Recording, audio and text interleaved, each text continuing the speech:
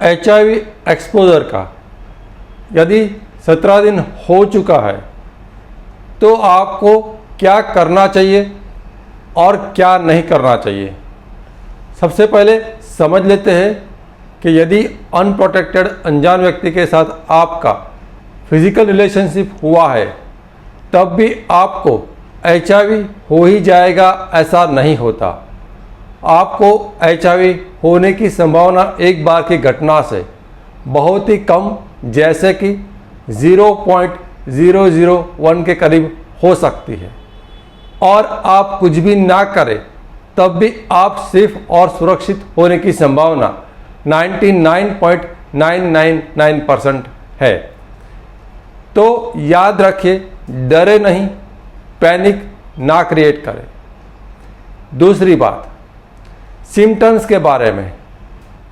अक्सर लोग एक्सपोजर के बाद इंटरनेट पर सिम्टम्स देखते रहते हैं और वह अपने शरीर में चेक करते रहते हैं। तो यह एक्सपोजर के बाद की जाने वाली सबसे बड़ी गलती है। कभी भी HIV के एक्सपोजर के बाद HIV के सिम्टम्स के आधार पर, किसी भी किस्म का सिम्टम्स के आधार पर HIV का निदान नहीं हो सकता।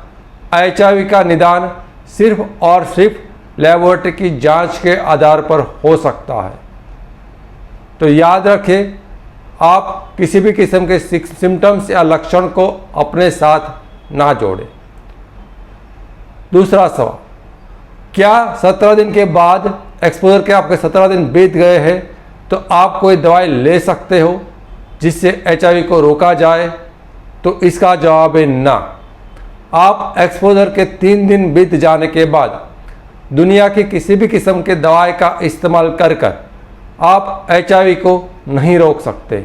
इसीलिए यदि आपके एक्सपोजर का 3 दिन का वक्त बीत चुका है तो आप कभी भी किसी भी किस्म की दवाई का इस्तेमाल HIV को रोकने के लिए ना करें।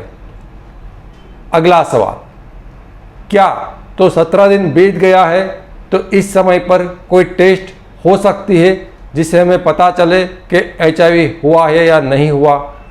तो हाँ, आप PCR टेस्ट करा सकते हो, लेकिन यहाँ पर याद रखिए PCR टेस्ट 2 किस्म की होती है।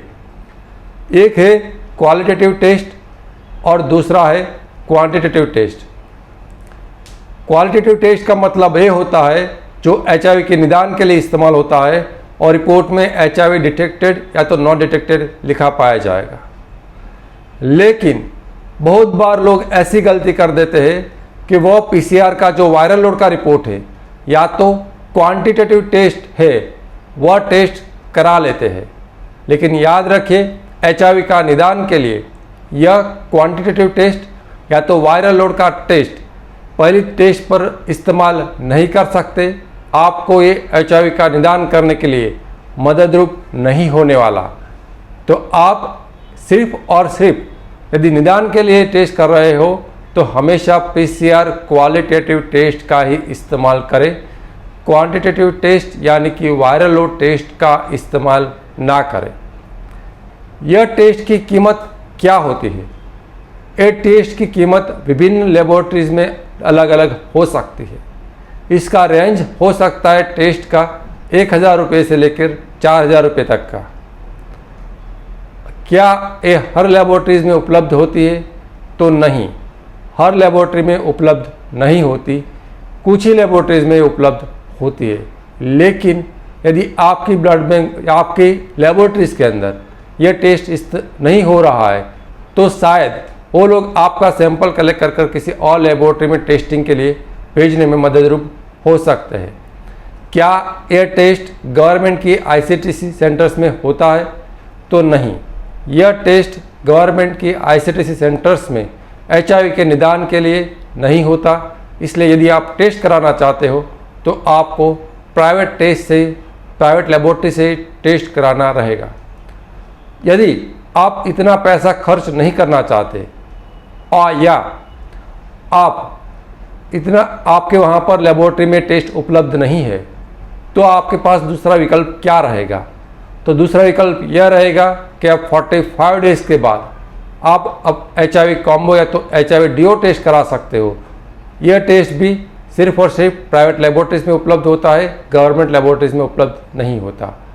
और यदि यह लेबोरेटरी में आपके वहाँ पर उपलब्ध नहीं है या तो आप इतना पैसा खर्च नहीं करना चाहते, तो आपको 3 महीने तक इंतज़ार करना है एक्सपोजर से, और उसके बाद आप गवर्नमेंट में ICT सेंटर्स में जाकर रिपोर्ट करा सकते हो। और यदि ये टेस्ट आपका नेगेटिव आ जाए तो आपको 3 महीने के गवर्नमेंट के रिपोर्ट के बाद कोई टेस्ट नहीं करना है। यदि आपका 45 डेज़ के बाद आपका HIV कॉम्बो टेस्ट नेगेटिव आ जाता है, तब भी आपको और कोई टेस्ट नहीं कराना है। और यदि आपका PCR क्वालिटेटिव टेस्ट नेगेटिव आ जाता है, तब भी आप बाकी दो टेस्ट आपको नहीं कराने। तो याद रखिए, ये तीनों किस्म के टेस्ट आपको नहीं कराने हैं। समय के अनुरूप आपको सिर्फ एक ही टेस्ट एक ही बार कराना है, और यह टेस्ट नेगेटिव आ जाए तो आप HIV मुक्त हो, आप सेफ हो, सुरक्षित हो, आपको और कुछ करने की ज़रूरत नहीं है। और सिम्टम्स को अपने एक्सपोजर से जोड़ने की गलती कभी ना करें। Thank you.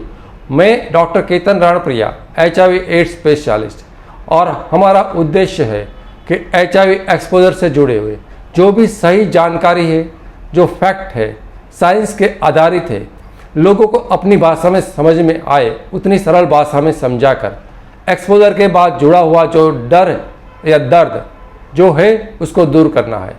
वापस हम हर रोज शाम को कुछ नए सवाल के साथ इसी चैनल्स पर मिलते रहेंगे। Thank you.